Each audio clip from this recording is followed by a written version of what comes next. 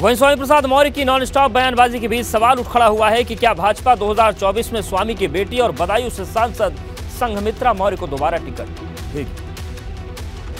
रामचरितमानस के बहाने स्वामी प्रसाद मौर्य ने भाजपा के खिलाफ सियासी हमले तेज कर दिए हैं। मानस विवाद पर बदायूं से भाजपा सांसद और स्वामी प्रसाद मौर्य की बेटी संघमित्रा मौर्य ने दबी जुबान में पिता का समर्थन किया था, जिसके बाद संघमित्रा के भाजपा में बने रहने पर सवाल उठने शुरू हो गए हैं। लेकिन भाजपा ने गेंद संघमित्रा मौर्य के पाले में डाल दी है।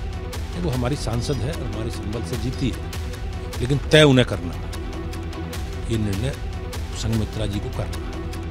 इसके पहले भी 2022 में स्वामी प्रसाद मौर्य ने भाजपा छोड़कर सपा में शामिल होने के बाद जब भाजपा ने स्वामी प्रसाद मौर्य पर राजनीतिक हमले शुरू किए थे तो संघमित्रा मौर्य ने पिता का बचाव किया था और स्वामी प्रसाद मौर्य के लिए चुनाव प्रचार भी किया था। लेकिन उस वक्त भी संघमित्रा मौर्य ने भाजपा छोड़ने की बात से इनकार कर दिया था।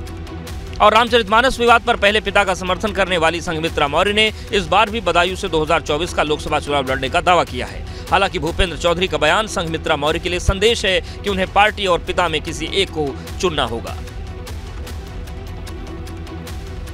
सुप्रीम कोर्ट में हल्द्वानी में रेल प्रशासन के दावे वाली जमीन से कब्जाधारियों को हटाने के उत्तराखंड हाई कोर्ट के आदेश के खिलाफ याचिका पर सुनवाई की।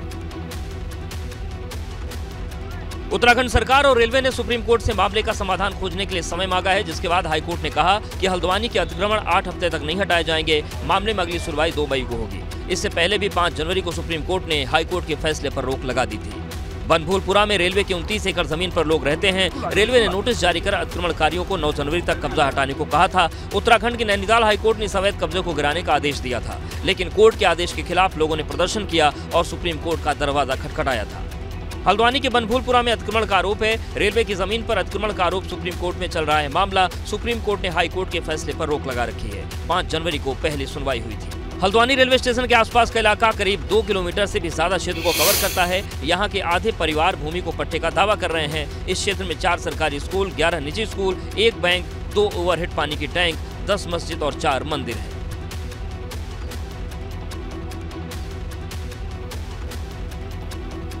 उत्तराखंड के चमोली जिले के जोशीमठ के बाद अब कर्णप्रयाग के मकान में भी दरारें आनी शुरू हो गई। कर्णप्रयाग में अभी तक कुल 38 घरों में दरारें आ चुकी हैं। ये सभी दरारें बहुगुणा नगर के घरों में आई हैं। इसी वजह से प्रशासन की चिंताएं बढ़ गई हैं। कर्णप्रयाग में जमीन धंसने की वजह से मकान क्षतिग्रस्त हुए हैं। दरारों की वजह से अब कर्णप्रयाग पर भी खतरे के बादल मंडराने लगे हैं। जोशीमठ की तरह कर्णप्रयाग में भी लोगों को दूसरी जगहों पर शिफ्ट किया जा रहा है। इनमें कई घर तो बेहद खतरनाक स्थिति में आ गए हैं, क्योंकि उनमें दरारें बहुत बड़ी हो गई हैं। माना जा रहा है कि कर्णप्रयाग में भी जोशीमठ के जैसे हालात हो गए हैं। कर्णप्रयाग के मकानों में दरार आने से लोगों की मुश्किलें बढ़ गई हैं। लोगों में डर का माहौल है। आने वाले समय में दरारों और दरार वाले मकानों की संख्या बढ़ने की आशंका है। जिला प्रशासन हालात पर नजर बनाए हुए है।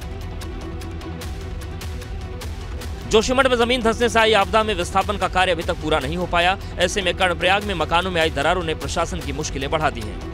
फिलहाल प्रशासन जोशीमठ जैसे हालात न हो, इसके लेकर युद्ध स्तर पर जुट गया है।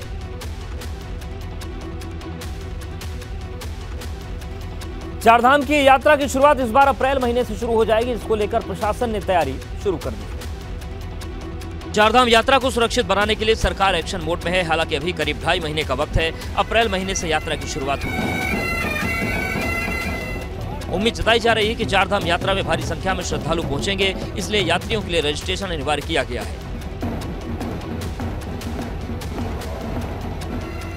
लेकिन रजिस्ट्रेशन का फॉर्मूला बदला जा रहा है। यात्रा के लिए ऑनलाइन आवेदन कर सकते हैं, फोन करके भी रजिस्ट्रेशन करा सकते हैं। पर्यटन विभाग एक व्हाट्सएप नंबर भी जारी करेगा। व्हाट्सएप पर मैसेज करके भी अपना रजिस्ट्रेशन करवा सकते हैं। 22 अप्रैल से चारधाम की यात्रा शुरू होगी। 22 अप्रैल को यमुनोत्री धाम, गंगोत्री धाम के कपाट खुलेंगे। 27 अप्रैल को बद्रीनाथ धाम के कपाट खुलेंगे। इसके साथ ही शिवरात्रि के दिन बाबा केदारनाथ धाम के कपाट खुलने की तिथि तय होगी। जोशीमठ आपदा की वजह से डर का माहौल है। सरकार यात्रा को सुरक्षित करना चाहती है। चारधाम यात्रा शुरू होने तक सभी समस्याओं को खत्म करने की कोशिश है। पूरी तरह से 1 अप्रैल से पहले सभी व्यवस्थाओं को दुरुस्त कर दिया जाए। यानी कि साफ कहा जा सकता है कि जब उत्तराखंड में चारधाम यात्रा शुरू होगी, उससे पहले हर तरह की व्यवस्थाएं चाक चौबंद कर दी जाएंगी।